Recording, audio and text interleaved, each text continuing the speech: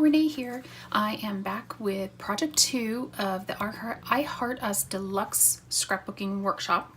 If you saw the last video, you saw that I made the mini album. Today I'm going to do this two-page layout, and there is some watercoloring on this one just to do the background. And we're also adding, can't speak today, some shimmer brush into the mix to make it just pop a little bit. So I'm just gonna go ahead and get started. The first thing I'm gonna do is do my watercoloring on both pages.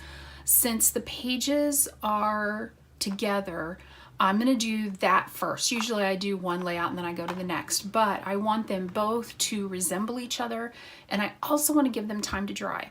Now you're doing this on just our regular white cardstock, so don't soak the page. The only time you should really be putting a lot of water is if you're using our watercolor paper, and today we're not doing that. So we want to use just enough water to get the color down on the page and nothing more. So I'm gonna get started. I will play some music for you and I will be back at the end.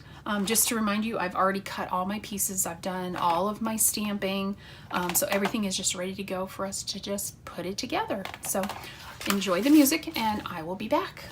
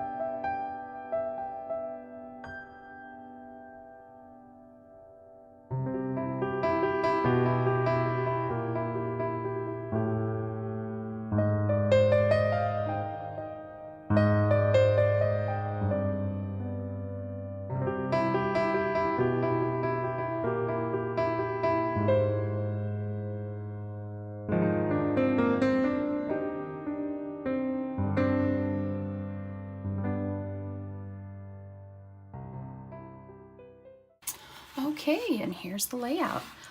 This came together really fast. Doing the watercoloring was really cool, and I think it gave it a really nice look. You'll notice I didn't use a lot of water. So I actually got, you can see the brush strokes, they didn't really blend together, which I kind of like. This side, I really like the way that you put the banners on and then you layer other pieces. I really like layering.